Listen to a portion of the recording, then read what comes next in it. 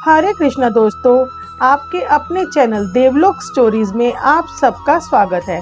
आज हम आपको सावन मास की पूर्णिमा के बारे में बताएंगे। हिंदू धर्म में श्रावण मास की पूर्णिमा का बहुत ज्यादा धार्मिक और ज्योतिष महत्व है। ये पूर्णिमा सावन शुक्ल पक्ष की पूर्णिमा को आती है। इस तरह से एक साल में 12 पूर्णमासी होती हैं, लेकिन अधिक मास के कारण एक साल में 13 पूर्णमासी भी हो सकती हैं। इसी दिन देवों के देव महादेव का प्रिय सावन का महीना पूरा होता है। तो यहीं इसी दिन बहन और भाई के प्रेम का प्रतीक रक्षाबंधन का पर्व भी मनाया जाता है। इस दिन लोग व्रत, गंगा स्नान और सत्यनारायण भगवान की कथा करते हैं। जिस दिन चंद्रमा पूर्ण स्वरूप में दिखाई देता है, उस दिन पूर्णिमा होती है। श्रावण पूर्णिमा पर भगवान शिव, माता पार्वती और सत्यनारायण भगवान की पूजा की जाती है। आइए हम आपको सत्यनारायण भगवान की कथा सुनाते हैं। पहला अध्याय। एक समय नैमिषारण्य तीर्थ में शौनकादि 88,000 ऋषियों ने श्री सूत जी से पूछा, हे प्रभु, इस कलयुग में वेद विद्या रहित मनुष्यों को प्रभु भक्ति किस प्रकार मिलेगी तथा उनका उद्धार कैसे होगा? इसलिए हे मुनि, कोई ऐसा तप कहिए जिससे थोड़े समय में पुण्य प्राप्त होवे तथा मनवांछित फल मिले। वह कथा सुनने की हमारी इच्छा है। सर्वशास्त्र ज्ञाता श्री सूत जी बोले, हे वैष्णवों में पूज्य, आप सबने प्राणियों के हित की बात पूछी है। अब मैं उस श्रेष्ठ व्रत को आप लोगों से कहूँगा जिस व्रत को नारद जी ने लक्ष्मी नारायण जी से पूछा था और लक्ष्मीपति ने मुनि श्रेष्ठ नारद से कहा था। सो ध्यान से सुनो। एक समय योगीराज नारद जी दूसरों के हित की इच्छा से अनेक लोकों में घूमते हुए मृत्यु लोक में आ पहुँचे। यहाँ अनेक योनियों में जन्मे हुए प्रायः सभी मनुष्यों को अपने कर्मों द्वारा अनेकों दुखों से पीड़ित देखकर सोचा, किस यत्न के करने से निश्चय ही प्राणियों के दुखों का नाश हो सकेगा। ऐसा मन में सोचकर विष्णु लोक को गए। वहाँ श्वेत वन और 4 भुजाओं वाले देवों के ईश नारायण को देखकर, जिनके हाथों में शंख, चक्र, गदा और पद्म थे तथा वरमाला पहने हुए थे, स्तुति करने लगे। हे भगवान, आप अत्यंत शक्ति से संपन्न हैं। मन तथा वाणी भी आपको नहीं पा सकती। आपका आदि मध्य अंत नहीं है। निर्गुण स्वरूप सृष्टि के आदि भूत व भक्तों के दुखों को नष्ट करने वाले हो। आपको नमस्कार है। नारद जी से इस प्रकार की स्तुति सुनकर विष्णु भगवान बोले, हे मुनि श्रेष्ठ, आपके मन में क्या है? आपका किस काम के लिए आगमन हुआ है? निसंकोच कहो। तब नारद मुनि बोले, मृत्यु लोक में सब मनुष्य जो अनेक योनियों में पैदा हुए हैं, अपने अपने कर्मों द्वारा अनेक प्रकार के दुखों से दुखी हो रहे हैं।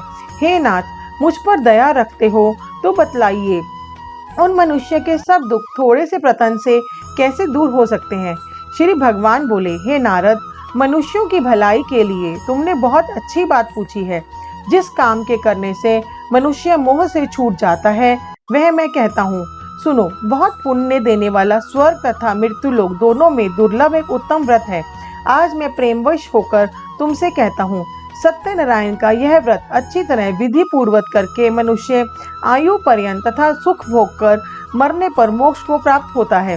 श्री भगवान के वचन सुनकर नारद मुनि बोले कि इस व्रत का क्या फल है, क्या विधान है, किसने यह व्रत किया और किस दिन यह व्रत करना चाहिए, विस्तार से कहिए। भगवान बोले, दुख शोक आदि को दूर करने वाला, धन्य धान्य को बढ़ाने वाला, सौभाग्य तथा संतान को देने वाला यह व्रत सब स्थानों पर विजयी कर भक्ति और श्रद्धा के साथ किसी भी दिन मनुष्य श्री सत्यनारायण की प्रातः काल के समय ब्राह्मणों और बंधुओं के साथ धर्म पारायण होकर पूजा करे।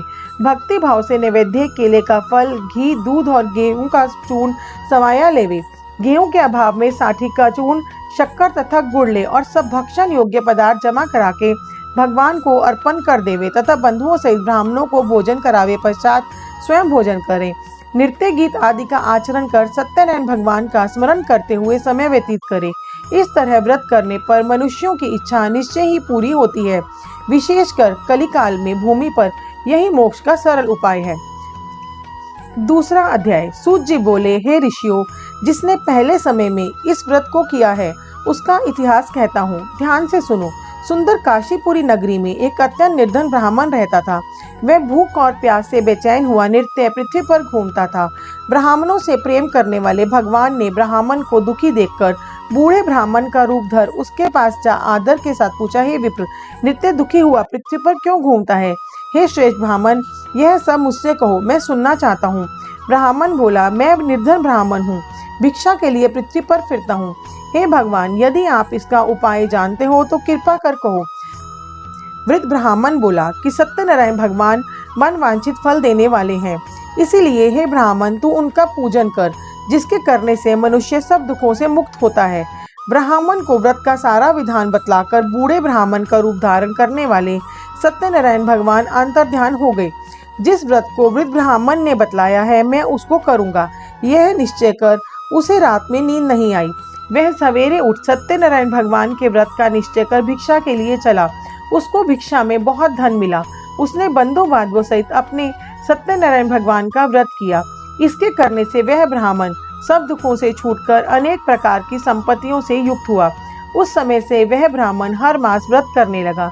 इस तरह सत्यनारायण भगवान के व्रत को जो करेगा वह मनुष्य सब दुखों से छूट जाएगा। इस तरह नारद जी से नारायण का कहा हुआ यह व्रत मैंने तुमसे कहा।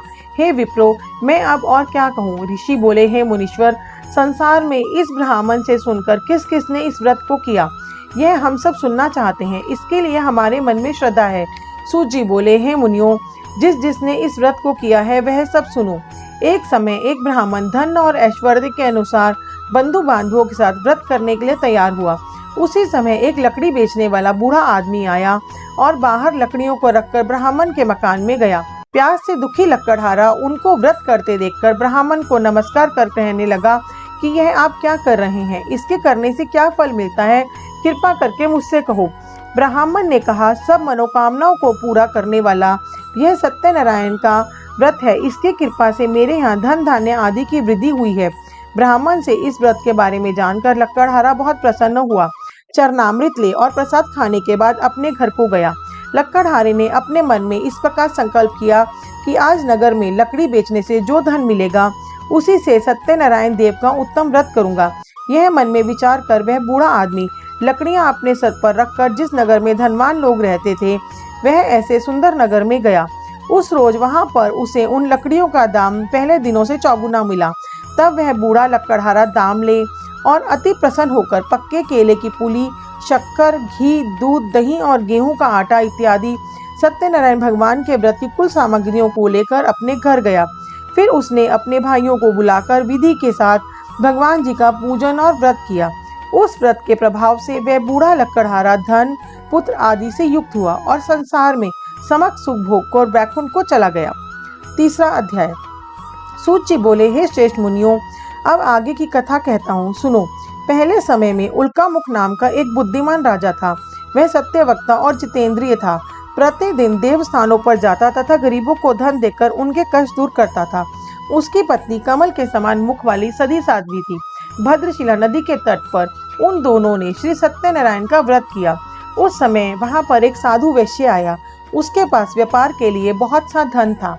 वह नाव को किनारे पर ठहराकर राजा के पास आ गया और राजा को व्रत करते देखकर विनय के साथ पूछने लगा, हे राजन, भक्ति युक्त चित्त से यह आप क्या कर रहे हैं? मेरी सुनने की इच्छा है, सो आप यह मुझे बताइए।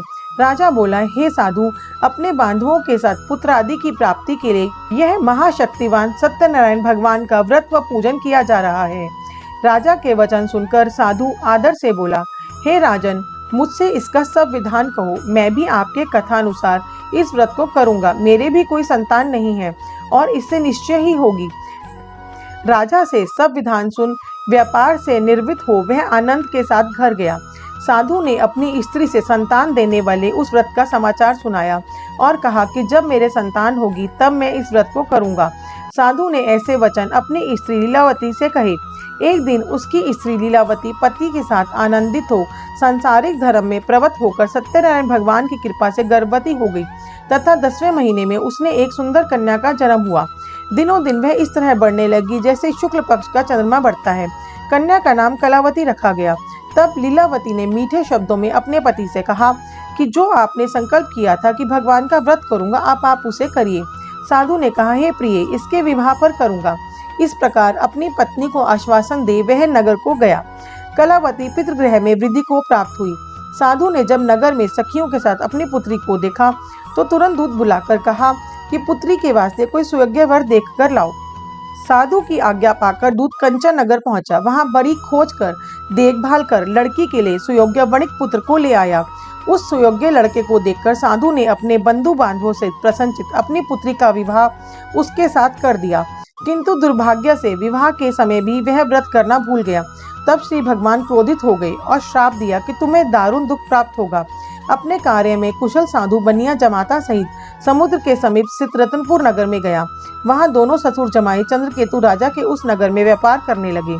एक रोज भगवान सत्यनारायण की माया से प्रेरित कोई चोर राजा का धन चुराकर भागा जा रहा था, किंतु राजा के दूतों को आता देखकर चोर ने घबराकर भागते हुए राजा के धन को वहीं चुपचाप रख दिया जहां वो ससुर जमाई ठहरे थे। जब दूतों ने उस साधु वैश्य के पास राजा के धन को रखा देखा तो वे दोनों को बांधकर ले गए और प्रसन्नता से दौड़ते हुए राजा के समीप जाकर बोले कि यह दो चोर हम पकड़ कर लाए हैं, आप कृपया करके आज्ञा दीजिए। तब राजा की आज्ञा से उनको कठोर कारावास में डाल दिया गया और उनका सब धन छीन लिया। सत्यनारायण भगवान के श्राप द्वारा उनकी पत्नी भी घर पर बहुत दुखी हुई। घर पर जो धन रखा था चोर चुरा कर ले गए। शारीरिक व मानसिक पीड़ा तथा भूख प्यास से अति दुखित हो अन्न की चिंता में कलावती एक ब्राह्मण के घर गई। वहां उसने सत्यनारायण भगवान का व्रत होते देख फिर कथा सुनी तथा प्रसाद ग्रहण कर रात को घर आई। माता ने कलावती से पूछा, हे पुत्री, अब तक कहाँ रही और तेरे मन में क्या है? कलावती बोली, हे माता, एक ब्राह्मण के घर श्री सत्यनारायण भगवान का व्रत देखा है। कन्या के वचन सुनकर लीलावती भगवान के पूजन की तैयारी करने लगी। लीलावती ने परिवार और बंधुओं सहित श्री सत्यनारायण भगवान का पूजन किया और वर मांगा कि मेरे पति और दामाद शीघ्र आ जावें। साथ ही प्रार्थना की कि हम सबका अपराध क्षमा करो। सत्यनारायण भगवान इस व्रत से संतुष्ट हो गए और राजा चंद्रकेतु को स्वप्न में दर्शन देकर कहा, हे राजन, दोनों वैश्यों को प्रातः ही छोड़ दो और उनका सब धन जो तुमने ग्रहण किया है दे दो, नहीं तो मैं तेरा धन, राज्य, पुत्र आदि सब नष्ट कर दूंगा। राजा से ऐसे वचन कहकर भगवान अंतर्ध्यान हो गए।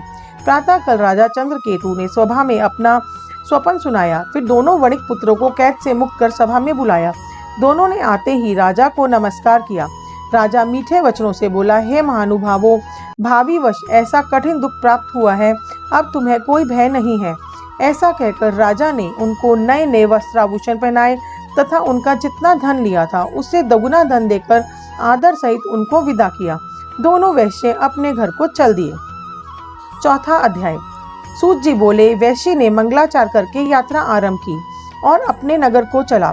उनके थोड़ी दूर निकलने पर दंडी वेशधारी सत्यनारायण ने उनसे पूछा, हे साधु, तेरी नाव में क्या है? अभिमानी वणिक हंसता हुआ बोला, हे दंडी, आप क्यों पूछते हैं? क्या धन लेने की इच्छा है? मेरी नाव में तो बेल और पत्ते भरे हैं। वैश्य का कठोर वचन सुनकर भगवान ने कहा, तुम्हारा वचन सत्य हो। दंडी ऐसा कहकर वहां से दूर चले गए और कुछ दूर जाकर समुद्र के किनारे बैठ गए। दंडी के जाने पर वैश्य ने नित्य क्रिया करके नाव को ऊंची उठी देख अचंभा किया और नाव में बेल पत्ते आदि देखकर मूर्छित हो जमीन पर गिर पड़ा। फिर मूर्छा खुलने पर अत्यंत शोक प्रकट करने लगा। तब उसका दामाद बोला कि आप शोक न करें, यह दंडी का श्राप है, अतः उनकी शरण में चलना चाहिए, तभी हमारी मनोकामना पूरी होगी। दामाद के वचन सुनकर साधु वणिक दंडी के पास पहुंचा और अत्यंत भक्ति भाव से नमस्कार करके बोला, हे भगवान, आपकी माया से मोहित ब्रह्म आदि भी आपके रूप को नहीं जानते, तब मैं अज्ञानी कैसे जान सकता हूँ? आप प्रसन्न होइए, मैं सामर्थ्य अनुसार आपकी पूजा करूंगा। मेरी रक्षा करो और पहले के समान नौका में धन भर दो। उसके भक्ति युक्त वचन सुनकर भगवान प्रसन्न हो उसकी इच्छा अनुसार वर देकर अंतर्ध्यान हो गए। तब उन्होंने नाव पर आकर देखा कि नाव धन से परिपूर्ण है। फिर वह भगवान सत्यनारायण का पूजन कर साथियों सहित अपने नगर को चला।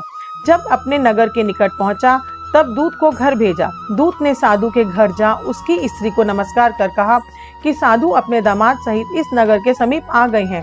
ऐसे वचन सुन साधु की स्त्री ने बड़े हर्ष के साथ सत्यदेव का पूजन कर पुत्री से कहा, मैं अपने पति के दर्शन को जाती हूँ, तू कार्य पूर्ण कर शीघ्र आना। माता के ऐसे वचन सुनकर कलावती प्रसाद छोड़कर पति के पास आ गई। प्रसाद की अवज्ञा के कारण सत्यदेव ने उसके पति को नाव सहित पानी में डुबो दिया। कलावती अपने पति को न देखकर रोती हुई जमीन पर गिर गई। इस तरह नौका को डूबा हुआ तथा कन्या को रोता हुआ देख साधु दुखित हो बोला, हे प्रभु, मुझसे या मेरे परिवार से जो भूल हुई है उसे क्षमा करो। उसके दीन वचन सुनकर सत्यदेव प्रसन्न हो गए और आकाशवाणी हुई, साधु, तेरी कन्या मेरे प्रसाद को छोड़कर आई है, इसीलिए इसका पति अदृश्य हुआ है। यदि वह घर जाकर प्रसाद खाकर लौटे तो इसे पति अवश्य मिलेगा। ऐसी आकाशवाणी सुनकर कलावती ने घर पहुंचकर प्रसाद खाया, फिर आकर पति के दर्शन किए। तत्पश्चात साधु ने बंधु बांधवों सहित सत्यदेव का विधि पूर्वक पूजन किया। उस दिन से वह प्रत्येक पूर्णिमा को सत्यनारायण भगवान का पूजन एवं कथा करने लगा। फिर इस लोक का सुख भोगकर अंत में स्वर्गलोक को गया। 5वां अध्याय। सूत जी बोले, हे ऋषियों, मैं और भी कथा कहता हूँ, सुनो। प्रजा पालन में लीन तुंगध्वज नाम का एक राजा था। उसने भी भगवान का प्रसाद त्याग कर बहुत दुख पाया। एक समय वन में जाकर वन्य पशुओं को मारकर बड़ के नीचे आया। वहां उसने ग्वालों को भक्ति भाव से बांधुओं सहित सत्यनारायण जी का पूजन करते देखा। राजा देखकर भी अभिमानवश वहां नहीं गया, ना ही नमस्कार किया। जब ग्वालों ने भगवान का प्रसाद उसके सामने रखा तो वह प्रसाद को त्याग कर अपनी सुंदर नगरी को चला। वहीं उसने अपना सब कुछ नष्ट पाया तो वह जान गया कि यह सब भगवान ने किया है। तब वह विश्वास कर ग्वालों के समीप गया और विधि पूर्वक पूजन कर प्रसाद खाया तो सत्यदेव की कृपा से पहले जैसा था वैसा ही हो गया। फिर दीर्घ काल कर सुख भोग कर मरने पर स्वर्गलोक को गया। जो मनुष्य इस परम दुर्लभ व्रत को करेगा, भगवान की कृपा से उसे धन धान्य की प्राप्ति होती है तथा सब मनोरथ पूर्ण होकर अंत में वैकुंठ धाम को जाता है। जिन्होंने पहले इस व्रत को किया, अब उनके दूसरे जन्म की कथा सो कहता हूँ। व्रतछदानंद ब्राह्मण ने सुदामा का जन्म लेकर मोक्ष को पाया। उल्का मुख नाम का राजा दशरथ होकर वैकुंठ को प्राप्त हुआ। साधु नाम के वैश्य ने म्योर ध्वज बनकर अपने पुत्र को आरे से चीरकर मोक्ष को प्राप्त किया। महाराज तुंगध्वज ने स्वयं भू होकर भगवान से भक्ति युक्त कर्म कर मोक्ष को प्राप्त हुआ। सत्यनारायण व्रत की कथा संपूर्ण होती है। आप और किन कहानियों, फैक्ट्स और कथाओं को सुनना चाहते हैं, कमेंट सेक्शन में कमेंट कीजिए। हम पूरी ट्राई करेंगे कि आपके इंटरेस्ट के according time to time videos लाएं। और आप सबसे रिक्वेस्ट है कि इन ऐसी प्यारी प्यारी कहानियों और फैक्ट्स को सुनने के लिए हमारे चैनल को सब्सक्राइब करें और हाँ, बेल आइकन प्रेस करना ना भूलें। Bye friends.